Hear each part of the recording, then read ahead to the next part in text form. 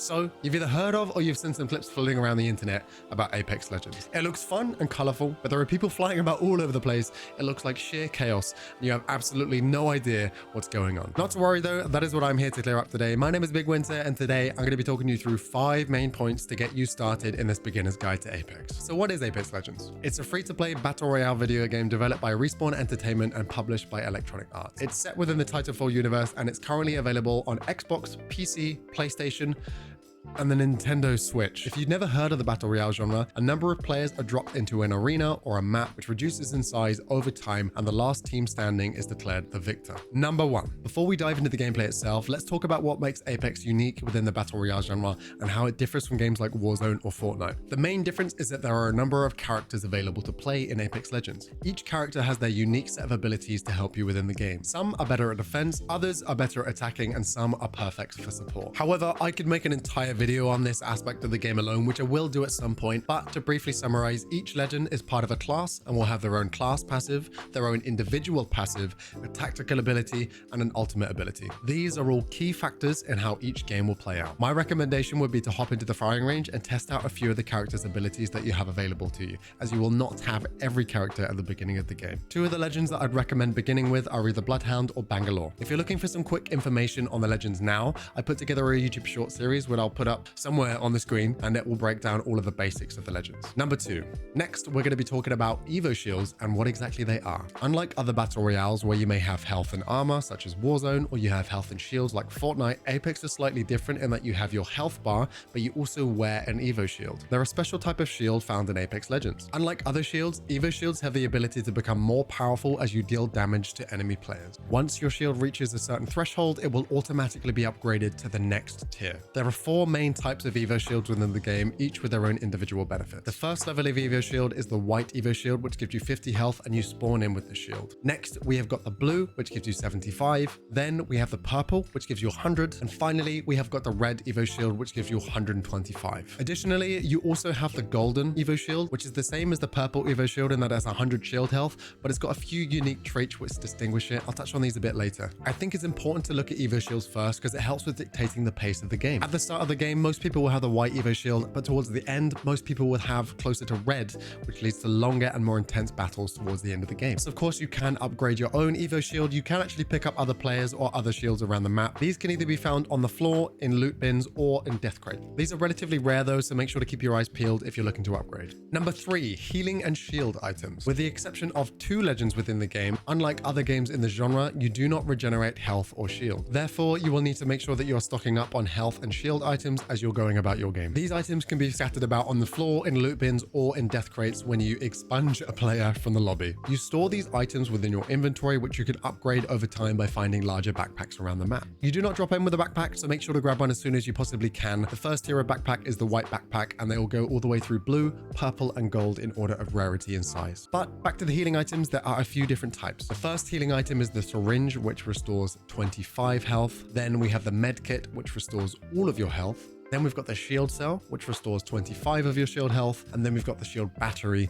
which restores all of your shield health. And finally, we have the Phoenix kit, which restores both all of your health and all of your shields. However, the more healing an item gives you, the longer it takes to use. So make sure you're nice and safe in cover before you whip out that Phoenix kit. You can also only walk and you cannot shoot back when using a healing item, or you will cancel the item that you're using. In terms of the items themselves, a good way to look at it is you have got big heals and you have got small heals. So make sure you stock up on both. 4, the weapons and the ammo types. As with most first-person shooters, Apex has a number of different weapon types. However, unlike most battle royales, the weapons are split by the type of ammo that they use as opposed to the type of weapon. For example, although we have the typical weapon categories of assault rifles, submachine guns, snipers, shotguns, and pistols, the weapons are actually split into heavy ammo, light ammo, energy ammo, sniper ammo, and shotgun ammo. Heavy ammo is teal, light ammo is orange, energy ammo is green, sniper ammo is navy, and shotgun ammo is red. I'd recommend heading into the firing range and checking out those relevant ammo sections. Grab a few of the weapons and see which ones feel good, see which ones suit your playstyle best. One thing to bear in mind when we're talking about the ammo system is that the weapons and the ammo they use will always be color coordinated. You see in the bottom right of the screen right now, the gun that I'm using is highlight orange because it is taking orange light ammo. Similarly, if I were going to be using a shotgun, you'll see in the bottom right, it's highlighted red because it takes the red shotgun ammo. For most people, it's always a good idea to carry an assault rifle like an R301 or a flatline for those longer range fights, and something like an SMG or a shotgun for those close range battles. That way, you're prepared for any situation. Once you know what you like, keep an eye out for it in game and make sure to stock up on plenty of ammo for it. Additionally, each weapon has their own unique set of attachments for it. By default, the weapons in Apex don't come with any attachments, so make sure to look out for those attachments when you're looting. Much like the backpacks and the Evo Shields, all of the attachments also have their own tier of quality. These start at the white tier, moving all the way up to purple and gold, giving you the maximum benefit for your weapon of choice. I know this is a lot to take in, but if you need more practice, make sure to head back to the firing range, grab a weapon and see which attachments it needs. That way you know what you're looking for when you head into the game. As a quick bonus point, I'm just going to briefly touch on the golden loot system, which I've alluded to a couple times in this video. So gold items provide you with the same benefit that the purple do, although they also give you a special perk as well. I'll put these up on screen just so you guys can review. Feel free to pause if you need to, taking the information at your own pace, as I'm only going to touch on this briefly as it is a beginner's guide. And finally, number 5, maps and general gameplay. Currently, there are 5 maps in the game. We've got King's Canyon, World's Edge, Olympus, Storm Point, and Broken Moon. Each map has their own unique features and gameplay mechanics. For example, some have redeploy balloons, some have gravity cannons,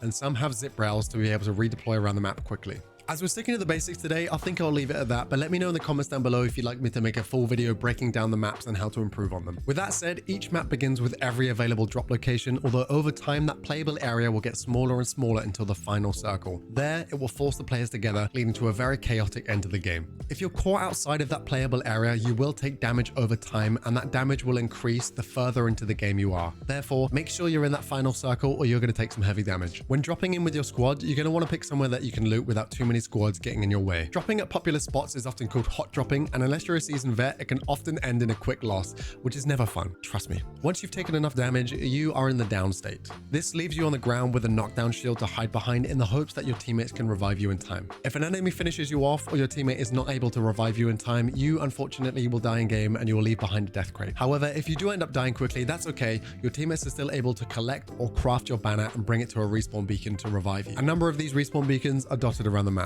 Once respawned, you will come back with nothing, but trust me, it is much better than spectating for the entirety of the game. Take it from me. Additionally, there are a couple of survival items that can help you in the game. One of them is a mobile respawn beacon, which is like the respawn beacons, but you can call it in anywhere. You also have the heat shields, which will protect you from the incoming zone for a short time. Whilst the aim of the game is to survive as long as possible, we do have to remember that the aim of games in general is to have a good time. So unless you're playing in the ranked style of the game, make sure to pick a playstyle that allows you to still have fun and get as close to the end of the game as you can. If you like to loot or game and then hide to the very end, you do you. But if you're more like me and you like to get kitted up and then go take the fight to someone, then that would be my recommendation. Playing the game aggressively once you have the core mechanics down is often the best way to improve your skills. If there are any other questions that you have on the game, make sure to put them in the comments below. Like and subscribe if you enjoyed, or if you want to come and ask me live, twitch.tv/BigWynter, and I'll see you there. But with that said, thank you so much for watching. Have a wonderful day, my friends, and much love.